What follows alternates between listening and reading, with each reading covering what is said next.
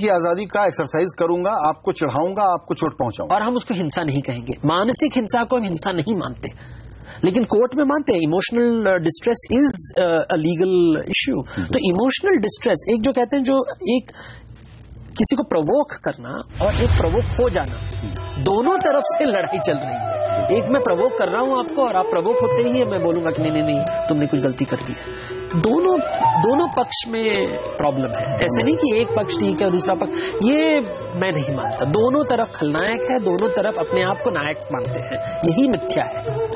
और ऐसे में जब हम बात करते हैं कि एक जो आपने कहा है घर का बुजुर्ग होता है, यानी उसके पास विवेक होता है, उसके पास न्याय का एक तरीका होता है और वो निरपेक्ष होता है किसी भी प्रकार के आग्रहों से, और वो राष्ट्र के धर्म को एक अलग ढंग से, अगर परिवार को हम राष्ट्र पर लेके कंपेयर करें, राष्ट्र धर्म को लेकर के आगे बढ़ना चाहता है, क्योंकि उसको एक अच्छा, खुशहाल, न्याय सम्मत समाज बनाना है। ये अगर ऑब्जेक्टिव है हमारी जिंदगी के, तो अभी हम उस कसौटी पर कैसे उतर रहे हैं? देखिए, बलपूर्वक तो ये कभी नहीं होगा, कोशिश करो, होगा नहीं, क्योंकि कर्म होता है। हम कर्म नहीं मानते। ये यहाँ पे सब लोग कहते हैं भगवत गीता भगवत गीता भगवत गीता, लेकिन कर्म के ऊपर कोई विश्वास नहीं करता, क्योंकि जो भी करोगे उसका, जो बीज बो रहे हो उसका फल तो भुगतना पड़ेगा। जो खिल्ली उड़ाया है उसने फल भुगता है, और जो बलपूर्वक देश को संभालना चाहता है वो भी बीज बोझ रहा है, उसका फल भुगे। सबको फल कभी ना कभी इस जन्म या दूसरे जन्म में भुगतना पड़ेगा। बल से कुछ नहीं होता है, प्रेम से होता है। यहां पे प्रेम की भाषा तो कोई नहीं बोल रहा है।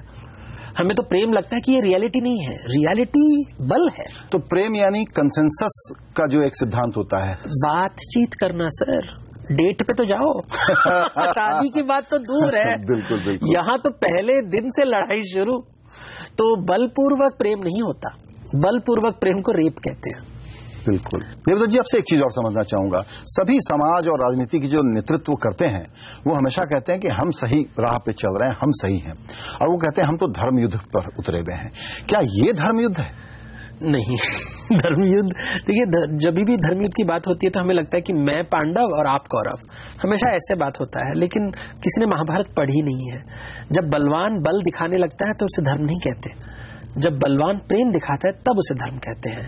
कुरुक्षेत्र में बलवान बल दिखा रहा है और कौरव तो मर जाते हैं, लेकिन पांडव भी निर्वंश होते हैं, और लास्ट में कौरव जाते हैं स्वर्ग और पांडव जाते हैं नर्क। तो इतना कॉम्प्लिकेटेड स्टोरी है।